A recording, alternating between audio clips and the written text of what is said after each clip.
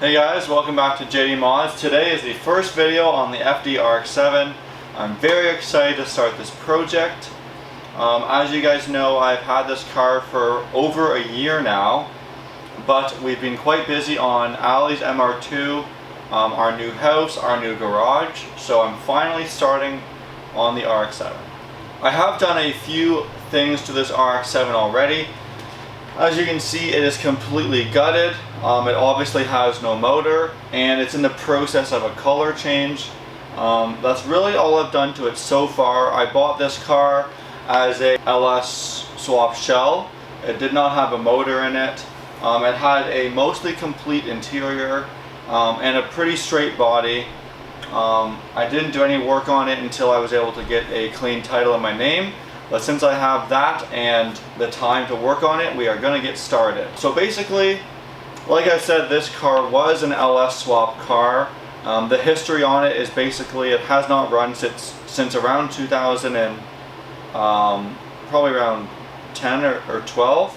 And I believe when it was running, it was an LS car, and it has not run since then with a rotary in it. So the problem with this being an LS swap car is that unfortunately the firewall was all cut up. Let me show you guys what I mean.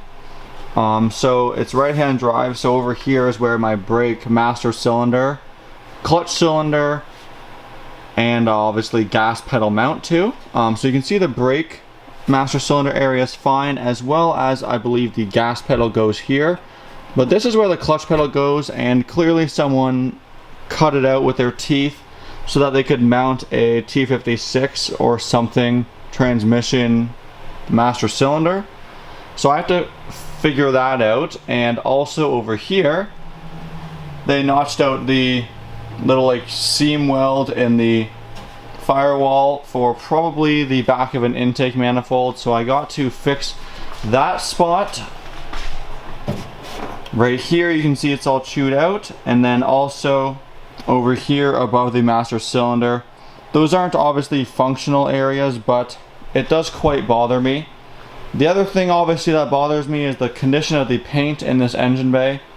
So this car was red, as you can tell by the interior, and then they painted it with like this metallic silver color.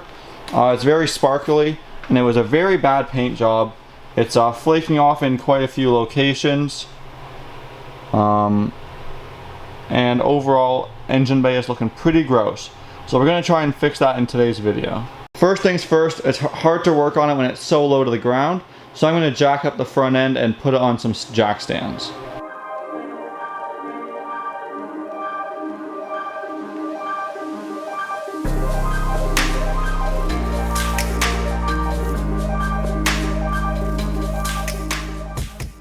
Well, that should be much easier to work on now, and because we're going to be painting the engine bay, I don't want to get paint on my coilovers or the subframe or these little fuel lines over here. Don't know if you can see that, or like my rims or anything. So I'm going to pretty much take off all the front suspension and subframe.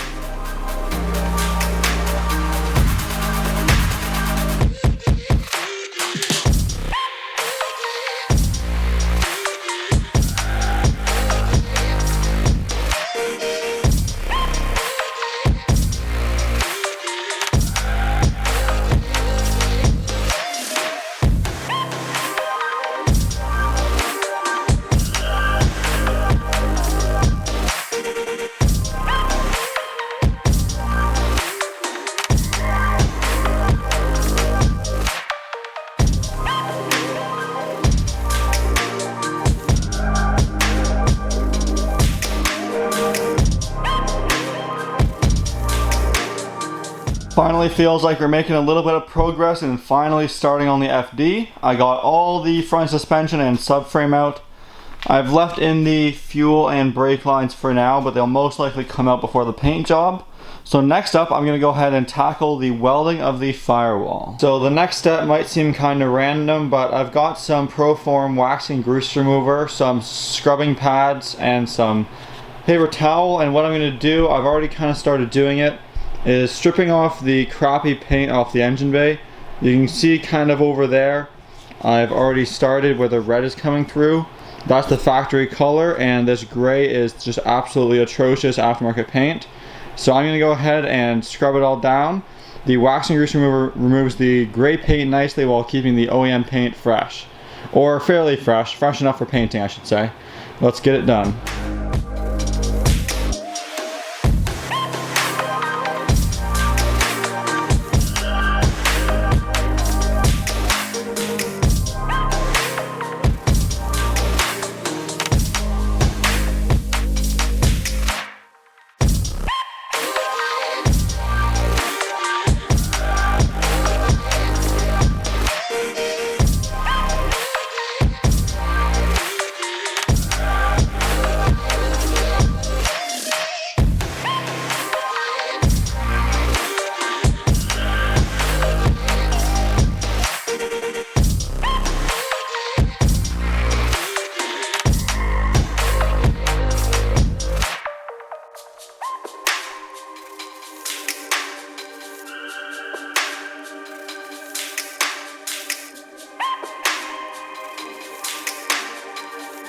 Okay, so I got a lot of work done on the engine bay.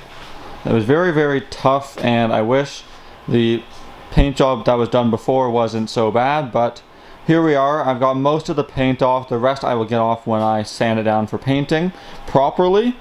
So I do still have to do the welding work on the engine bay, but I went down a little rabbit hole, and let me show you what I did. I had to get off the fuel and brake lines, which are underneath the car.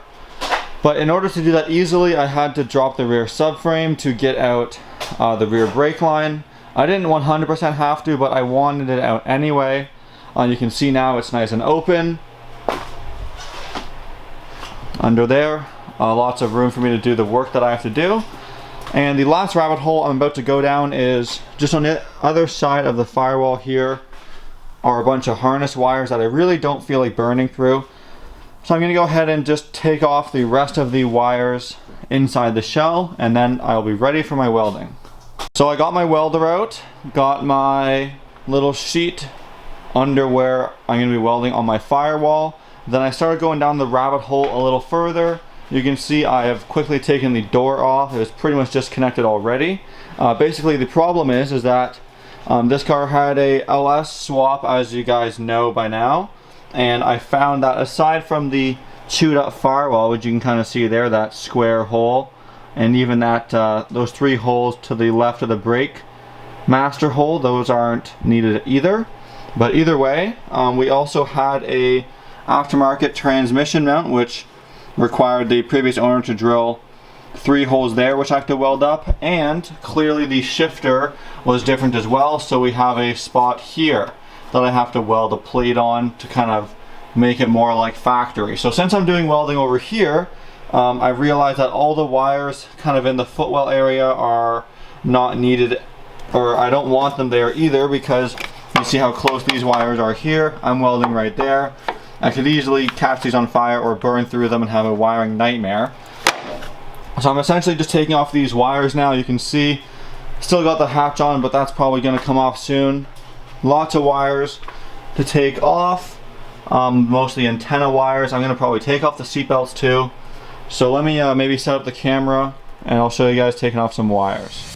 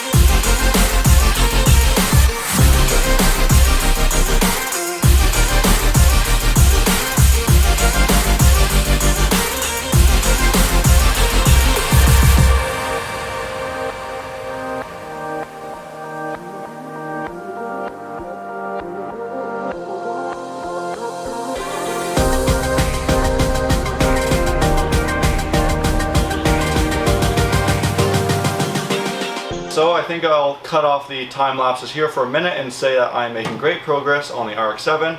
I got both the doors off, I got the hats off, which you just saw. I removed pretty much all the harnesses on the driver's side. Now with the hatch off, I have lots of good lighting. I can remove the seal for the hatch as well as the harness. Basically, it's like a horseshoe shaped harness. You saw me take it off the driver's side. This goes to the driver's side fuse box. And this single harness goes from the driver's side fuse box all the way to the back near the hatch release, and then all the way back towards the front to the passenger side left-hand footwell. So it's a pretty serious harness, tons of connectors. Unfortunately, lots of little plastic ones that kind of are taped to the wire and then stick into a hole, are breaking as I take them out. Luckily, I found online you can buy those in like multi-packs, just like your like Christmas tree connectors or whatever. So I pretty much just have to finish taking off this harness. Gotta remove these shocks, this seal, maybe a few more things, and that'll probably be it. Let's keep going.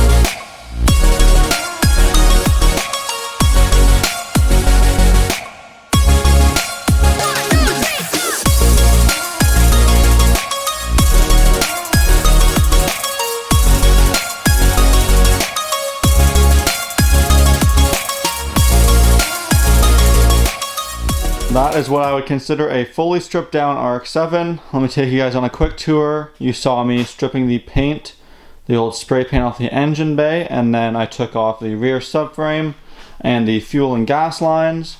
The interior you can see is wire harness free. Very few clips left. I've got the e-brake cable still to take out, but that's a minor thing. Going towards the hatch area, we have no seals or brackets or any wires or modules or even big connectors in the back here. So as you can see, the car is completely stripped out and is ready for the next step. So the next step for this car is what I was supposed to be doing in today's video, which I mentioned in the beginning but then kind of veered off course. I have to weld up the firewall, a few spots on the floor, a few spots in the trunk. We'll talk about all that in the next video. So first thing will be that welding, and then if you haven't gathered by the level of which I'm stripping this down, I'm actually going to be painting this entire car. As you know, the plan was to wrap it with this Tech Wrap golden yellow, which I really like the color of, but because I'm at this stage in the build, I've got the engine out, the interior out, the glass out even. Painting it really makes a lot more sense in my opinion. I can do a very good paint job. You'll never know it was blue or red. Everything is going to be yellow. I'm very excited for that. This is a lot like how I did my last FD RX7 when I went from silver to Montego blue. I want the jams to be color match. I was excited for the wrap, but at this stage it just doesn't make any sense to wrap a car when I've torn it down to this phase here. So I'm going to be announcing the color in the next video, as well as a few more details, and we're going to do some welding, some cleaning, and some prepping for paint. I hope you guys are enjoying this series. I'm hoping to do this one in a lot more detail than my last RX-7 build. Please hit the subscribe and notification button to follow this build. I think it's going to be a really awesome car when we're all done. So anyway, thanks for watching. I hope you guys enjoyed the video, and as always, please like, comment, and subscribe.